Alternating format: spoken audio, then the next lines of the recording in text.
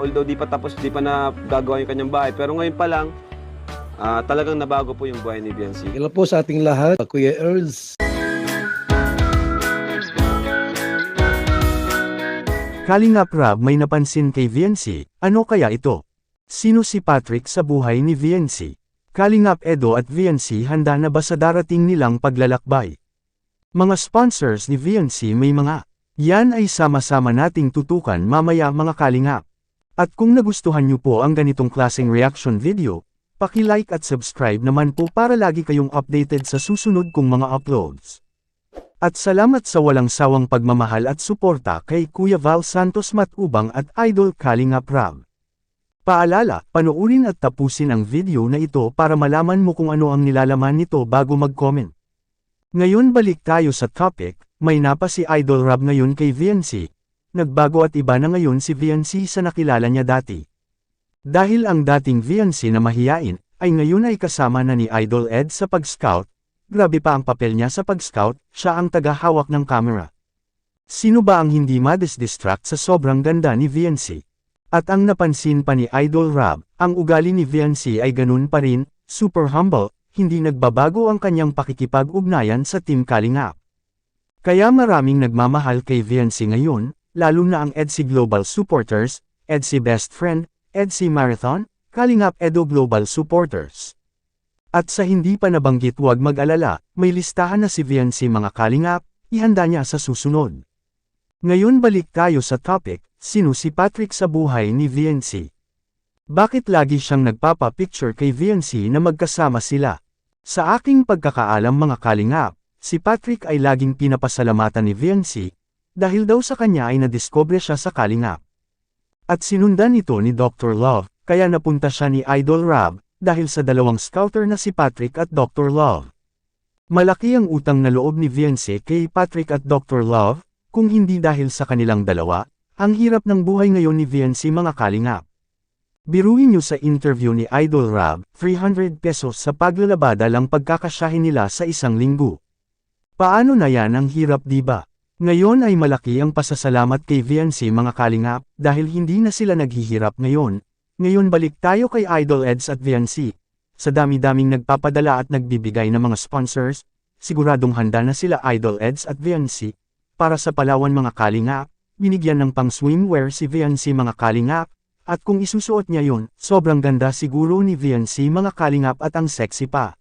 Si Viancy is nabago yung buhay niya, although di pa tapos, di pa na gagawa yung kanyang bahay. Pero ngayon pa lang, talagang nabago po yung buhay ni Viancy. Sobra po ako nagpapasalamat sa dating Kalingap. Grabe. Kay Kuya Patrick po, kay Dr. Love, tapos Kuya Rab, kay Kuya Val. Salamat Viancy kasi kahit ganito ka na, marami tumutulong sa'yo, marami nagmamahal sa'yo. Nanatili ka pa rin humble, di ka nagbabago. Yun yung dahil dyan ka rin minahal ng mga tao. Kaya hanggang ngayon, kahit alam nilang marami nang tumutulong sa'yo, marami nagbibigay sa'yo, tuloy-tuloy pa rin yung biyaya. Dahil yun nga, di nila nakita yung pagbabago sa'yo. So ngayon, si Starax daw, bibigay, Yan, shoutout Kuya Starax. Yan po. At ito, pinapabigay ni Ma'am Gemma. Ma'am Gemma! Thank you. Edo Viancy po. best friend niya. Di Edo Viancy, best friend po. Edo Viancy, best friend. Ayun, thank you po. Thank you po. Kung daw yan, dagdag allowance sa pagpupunta ng Palawan. Wow! May allowance sa puntang Palawan. Yan po, malapit na po sa mga taga-Palawan. Kita-kits po tayo. At saka may parcel yan, nakalimutan ko lang nandun sa office. Okay. Salamat Sige. po. Edo Viancy, Edo Viancy, best Tita friends. Gemma po. Tapos yung bag ko na bro, pakuha daw. Tita Yung dilaw. Sally, Tita Batla po. At si Edo rin po, may papabigay, may pinapaabot din.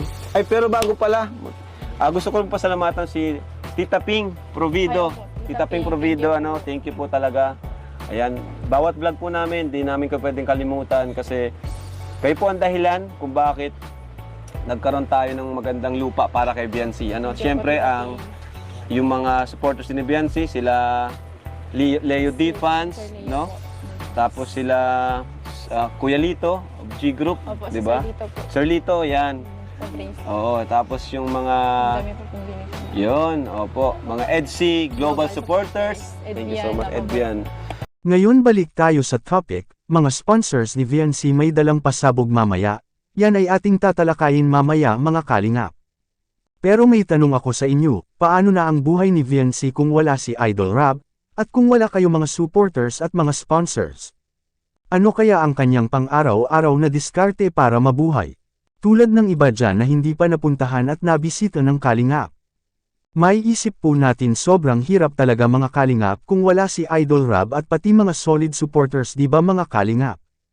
Ngayon balik tayo sa topic mga Kalingap. Pinadalhan ng isang bigating sponsor si VNC mga Kalingap, budget para sa Palawan, grabe napakali pa mga Kalingap.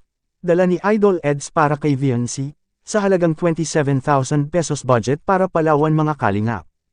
Sabi ni VNC mga Kalingap sobrang laki naman ang budget kaya sabi niya ang iba ay ibigay kay mama niya at isaving sa bangko mga Kalingap. At hindi lang yan, may dinala pang budget para sa Palawan, dinala ni Idols to Rocks TV mga Kalingap. Ibang-iba na talaga si VNC ngayon, ang dami ng nagmamahal sa kanya, at sa mga sponsors ay Panginoon na po ang babalik na maraming blessings dahil sa inyong kabutihan. Lalo na sa pabahay ni VNC, dahil may Mamping Provido na bigyan ng magandang lupa itong si VNC mga Kalingap. At marami pang iba na hindi nabanggit, hulog kayo mga sponsors sa pamilya ni VNC mga sponsors at supporters, na bago ang buhay ni VNC dahil sa inyo at dahil kay Idol Rob at Kuya Val. Ngayon balik tayo sa topic mga Kalingap, sa mga malapit na kaibigan ni VNC mga Kalingap ang Kalingap Angels. Merong haka-haka na may katampuhan si Diwata Joy sa Kalingap Angels. Pero sino kaya sa kanila? Siguro para sa akin lang ta mga Kalingap ha, yung birthday ni Medeth mga Kalingap, pinatabi si Joy at Carla, at sabi naman ni Idol Rob natural naman sa magkaibigan na may tampuhan mga Kalingap. At ngayon balik tayo sa topic, buti na lang si VNC. Walang katampuhan sa mga Kalingap Angels, dahil sa kanyang ugali na palaging magpapakumbaba mga Kalingap. Sa palagay niyo po, makikita natin sa video ang mga sponsors na nagbigay kay VNC mga Kalingap. Ano mo dahil ito? Allowance din sa Palawan. Wow! Worth 27,000. Hala! Galing tayo. Grabe! Woo! Thank you po, Tita Grabe! 27,000 para sa Palawan. Grabe. Ayan po. Thank you po, Tita Rixie. Grabe, ano? Sobra-sobra na po ito. Ibibigay ko na lang po kay mama yung iba po. Tsaka ipapabangko ko po yung Ayo. Pinaka the best. I-save mo yung Save ko ibang sa- pera. Ano? O nga pala, Tita Rexy din pala, nakalimutan ko. Rexy, Thank you po kasi nagbigay din sila sa lupa mo, di ba? Noong nakaraan. So, yan, iba, save mo, Buti na yung nagsisave tayo ng pera. Ayan. Akin na Kuya Bobby yung bag ko at may... Nilalagay ko po talaga ulit sa diba? Ayan. At may bibigay pa ako dito eh. Ayan, okay na. At ito Biancy from Tito R.A. Washington DC founder, Odette Real, Edrian Lovable supporter. Nagbigay siya ng 5,000 pesos. 3, 4, Bien lang 5. po guys po. So, ayan, Biancy, dami mong pera. So, thank you so much po sa mga nagpaabot ng tulong. Sa mga hindi pa po namin nabibigay, abangan niyo po next vlog, Kasi, yun nga po, Salamat po. lilista pa po natin, organize po natin yung listahan natin.